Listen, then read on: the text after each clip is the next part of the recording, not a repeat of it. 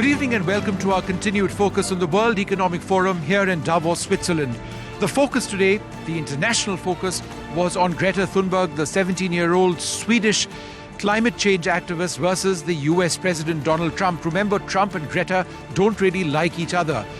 Trump had fairly nasty things to say when Greta was named Person of the Year by Time magazine, and she's been fairly sarcastic about Trump in the past as well. They spoke within a couple of hours of each other, but both today didn't really engage each other. Instead, they spoke about the environment, which in a sense, very welcome. But for us, the India story, and whether the Indian economy is a story of it being half empty or half full, is something that we looked at very closely as well. Remember, yesterday, the International Monetary Fund had brought down its GDP forecast for India to 4.8% in 2019 and said that the global GDP growth rate had also been affected because of the India scenario. Well, we spoke to some of the top voices in Indian industry to get their views on what they thought of the IMF report and the reports that the Indian economy was in a fairly bad place at the moment. How bad has the bloodbath of 2019 been when it comes to those who aren't permanent employees, those who are labourers in the auto sector? We've heard about lakhs of job losses. Has that been the case? From our standpoint at Mahindra, it is not the case.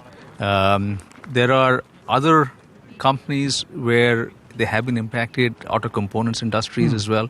So yes, that has been a pretty significant impact overall. Jobs is the biggest problem, and that's where not just the government, the industry has to do a lot. Reskilling and skilling are important focus areas. The environment we live in now around the world is one where we see a lot of authoritarianism, a lot of majoritarianism, where true democracy is often stifled. So therefore, when you talk about growth and when you talk about sustainable growth, are we facing political challenges around the world? Some would say in my country, India as well. We're saying, in fact, that that's the other area of convergent crisis. If you have a climate emergency and governments have failed to deal with it, if you have an inequality crisis because governments have failed to regulate the labour market, there's a crisis in democracy because people don't have trust anymore. And so we're seeing a trend, a dramatic trend towards authoritarianism, dictatorship, fascism, and to be perfectly honest, India worries us. It's a leading economy. We need it to be a leader in the world. And yet when you see the attacks on labour rights, the failure to recognise that informality is not working for the Indian economy or the rest of the world. I've been in India for those massive strikes, not just trade unions, but indeed farmers, women, young people, and the anger is palpable. And it's about despair. And then when we saw the attacks on the university, which the authorities did nothing to stop, just days ago, then you say, what's going on in one of the oldest democracies in the world? We need India, but we need a democratic India with that Gandhi tradition where people matter. When you say the world is high with us and you have statements, for example, by the minister, Mr. Goel, where he says that, companies like Amazon aren't doing us a favor by investing $1 billion in India, does it set the right signal to people looking to invest in our country?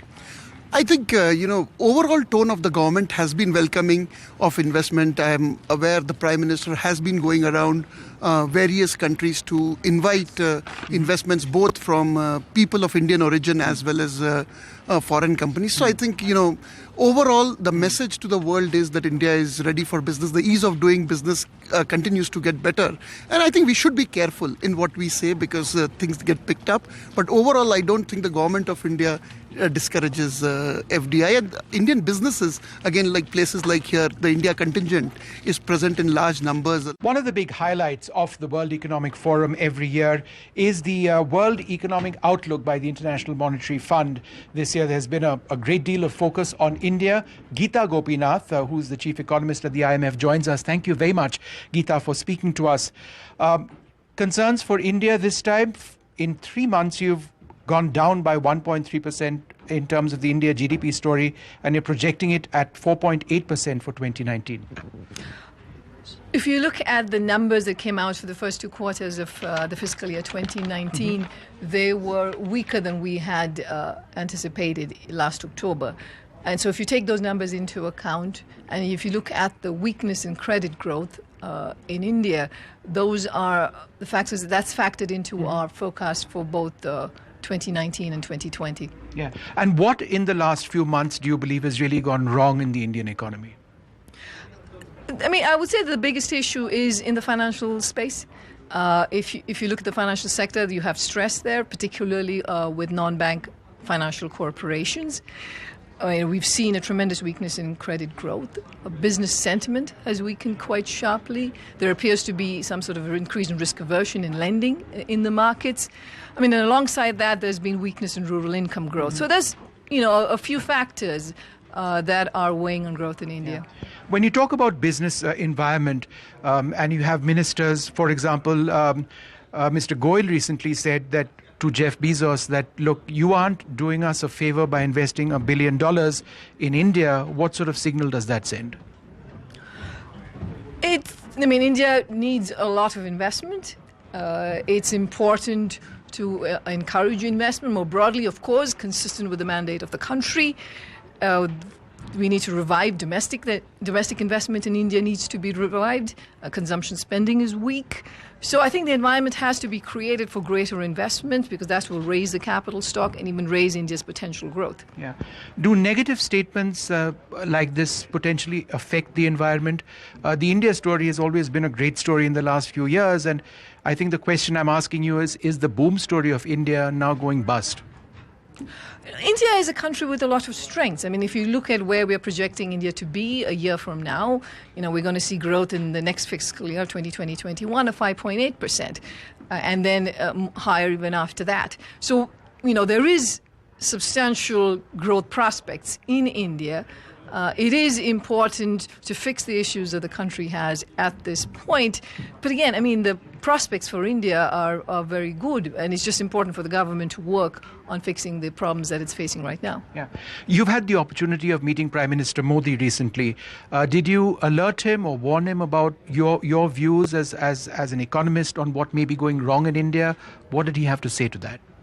We had a very good discussion. The Prime Minister obviously has his eye on the economy and knows where things are going. But we had a very good exchange about the kinds of policies and reforms that need to be undertaken to strengthen growth in India. Did you have suggestions which he accepted?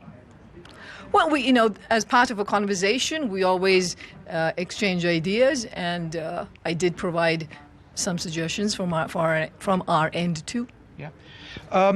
Now, your report says the growth markdown largely reflects a downward revision to India's projection where domestic demand has slowed more sharply. The non-banking financial sector, you spoke about that, the decline in credit growth. Has this pulled down global growth, or are you essentially speaking about the Asia-Pacific region, which has done well in the past? No, in India, given the size of the Indian economy, in the global GDP right now, if you have a significant downward revision for India of the kind that we've had, it has an impact on global growth. So we've revised global growth down for 2019 by 0.1%, and the vast majority of that comes from a downgrade for India. Yeah. When you look at 2021, 6.5% is what you're hopeful of for India, which is still 0.9% lower than what your earlier expectations were. Even this 6.5% going forward has to do with fuel prices. And if fuel prices go down, isn't that a big variable? Wouldn't you like to see something more substantive done, perhaps structurally, to the economy? Our advice, our recommendations involve a lot of structural reforms. I think the major issue has to be on banking, on the financial sector. And it's important to address not just the current crisis, but to make sure that the governance issues are well placed so that there's no further escalation of a non-performing asset problem. So that's very important. India is certainly benefiting from oil prices being, fairly moderate at this point. But if there was an escalation of geopolitical tensions in the world, in the Middle East, that scenario could change fairly quickly. Yeah. Now, just looking at the report more broadly, you have spoken about intensifying social unrest across many countries, reflecting in some cases the erosion in trust in established institutions, a lack of representation in government structures. This could disrupt activity. What specifically are you talking about, and is there anything in India that concerns you in this regard? Social unrest is something that we saw increase quite significantly in 2019 in many parts of the world, in many different regions. Examples would be what we saw in Chile and what we saw in Hong Kong. Now, there is no one explanation for why this is happening. There are many factors behind it. But we do think it's very important. Social cohesion is very important in the world. And we need to make sure that countries are protecting the most vulnerable in societies, because that is an important demand. And there's very little tolerance for, what doesn't look like policies that favor those who might have been left behind from the growth story. So, therefore, the Citizenship Amendment Act protests in India, the National Register of Citizens, the fact that there are people protesting now for months, would you call those types of protests part of the social unrest that you've spoken about in your report? I have nothing really significant to say about this particular issue. It is something that we will follow, and whenever we come up with our next assessment in April, we will see what this does. But I would speak more broadly to the issue of social unrest, and I think it's important that we live in a time where, because of rising inequality, lots of people feel left behind, and such kinds of social unrest can have significant impact on individual economies and on the global economy. Yeah. How optimistic are you on China and the United States having made some sort of progress? Too early to say? We welcome this US-China Phase 1 deal. There's, of course, a lot more that needs to be done. There are still high tariffs in place, and those have not been rolled back. We have to see how durable this agreement is going to be. Mm-hmm. Many countries around the world are using tariffs to address any kinds of disputes that they have, and this is not a healthy sign. Mm-hmm. So I think trade tensions are here to stay, and it remains a risk on the horizon. Yeah. A lot of people would say that these times when you find yourself as a chief economist at the IMF are very, very difficult for the world. There's an increasingly isolationist United States, protectionist United States. There is a lot of disagreement in Europe at this stage, the social unrest that you have spoken about, volatility in the Middle East. Are these very troubled times, perhaps some of the most troubled since perhaps even the end of the First World War? Because some commentators have said that this is the reality that the global economy is now going through. I'm going to actually focus on a slightly more optimistic scenario, which is that in October, we described the world as being in a synchronized slowdown. And we saw risks escalating, which could further derail growth. Compared to that, we're now seeing tentative signs of stabilization in the global economy. So instead of growth derailing further, we're seeing signs of stability. So I think it's very important to be able to support the recovery, which means that policymakers should make no mistakes, and they should use monetary and fiscal policy appropriately to support the recovery. One last question. At Davos this year, the global environment, sustainable development is a big focus. You've also spoken about recurring problems in the environment, the increasing frequency as being a big cause of concern. Could you share some of your thoughts on that, how it affects growth around the world increasingly? Climate risks are a major risk to the global economy. It's not something that's out there in the distance. We think of it as near and present danger. There have been weather-related natural disasters that we can think of being associated with climate risk around the world, and that has had negative impact on their economies. But I think what countries also need to understand is that as they move away from the old traditional industries to more greener industries, that has implications for the labor force that was working in the old traditional industries. Those are risks involved there. And then, of course, there are the more obvious financial risks that are associated with countries that have and are much more exposed to these kinds of weather-related disasters. Sure. Well, Gita, thank you so much for spending time with us. Gita Gopinath, Chief Economist at the International Monetary Fund, outlining, I think, a fairly pragmatic look at some good things that are happening, but also reflecting on some of her core concerns at this stage. If you recall, at the United Nations General Assembly last year, there was a photograph taken by by the media of Greta glaring in fact at Donald Trump. She said that she wasn't about to speak to him because he would never listen to what she had to say. And then there was that Twitter exchange and the like. But today Greta spoke very passionately as usual about the dangers of climate change. And the US president, when asked about Greta's presence over here, said that, look, I'm also concerned about the economy, about the environment. So sustainable development and climate change very much a theme at the World Economic Forum in Davos this year. But there was no confrontation between Greta and the US president, which is fortunate because that really does ensure that the focus remains on this key issue. Let's listen in to what Greta had to say and what Donald Trump said as well. And why is it so important to stay below 1.5 degrees Celsius?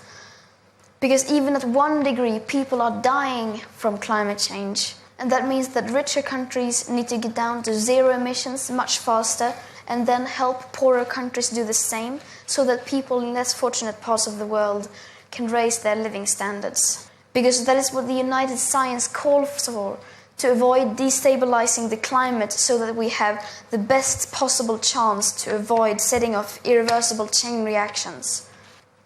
I know you don't want to report about this. I know you don't want to talk about this. But I assure you I will continue to repeat these numbers until you do. Today I'm proud to declare that the United States is in the midst of an economic boom, the likes of which the world has never seen before. America is thriving, America is flourishing, and yes, America is winning again like never before. Since my election, America has gained over 7 million jobs, a number unthinkable. I wouldn't say it, I wouldn't talk about it, but that was a number that I had in mind. The projection was 2 million, we did 7. We are lifting up Americans of every race, color, religion, and creed. Jeremy, who joins us now, is somebody who's with the British Antarctic Survey, somebody involved in the process of trying to gauge the impact of climate change. Thanks very much for speaking to us. It's a pleasure. How bad is it in 2020, 2019, 2020? How has it become worse than it has over the last few years? To give you an example, I've been studying the Arctic sea ice for the last 20 years, and what we've seen is the ice has gone from 7 million square kilometres to 3.5 million square kilometres. So we've lost half of the Arctic sea ice. And if we don't reduce our emissions, we'll lose the rest of it by 2050. The good news is if we reduce our emissions, we stick to the Paris Agreement, the Arctic sea ice will stay there for our children. Right. And the immediate impact of losing the Arctic sea ice is what? Many, many different impacts. Not only for the creatures and the animals that live up there, like the polar bear and the whales and the seals and the smaller animals, but also the Arctic sea ice is our weather, so it could actually impact the monsoon in India, for example, which is a massive thing for your economy and for the livelihood of the peoples of India. But also it changes the weather patterns not just in India, but say in the UK for ourselves. And then you have the melting of the glaciers with sea level rise. So we're all affected by climate change, and we all have to come together to try and solve the problems we've got. The rise in seawater levels is something which affects coral formations as well, doesn't it, all over the world, which would possibly die out. That's something that impacts us as well in the Arabian Sea and the Bay of Bengal, which are rich in marine biodiversity. Yes, the rising sea level, but also the increased warming of our oceans, the increased acidity. The oceans are very, very good at absorbing CO2. In fact, the cold oceans of the Arctic are the best absorbing CO2. So we're going to see increased acidity in the oceans, we're going to see increased warming, and all those things will affect the lives and the animals that live in the seas around India as well. Well, it's time now for us to take a short break. We'll be back tomorrow at 10 p.m. for our sustained coverage of the World Economic Forum 2020 with Gita Gopinath, Vishnu Shom for NDTV.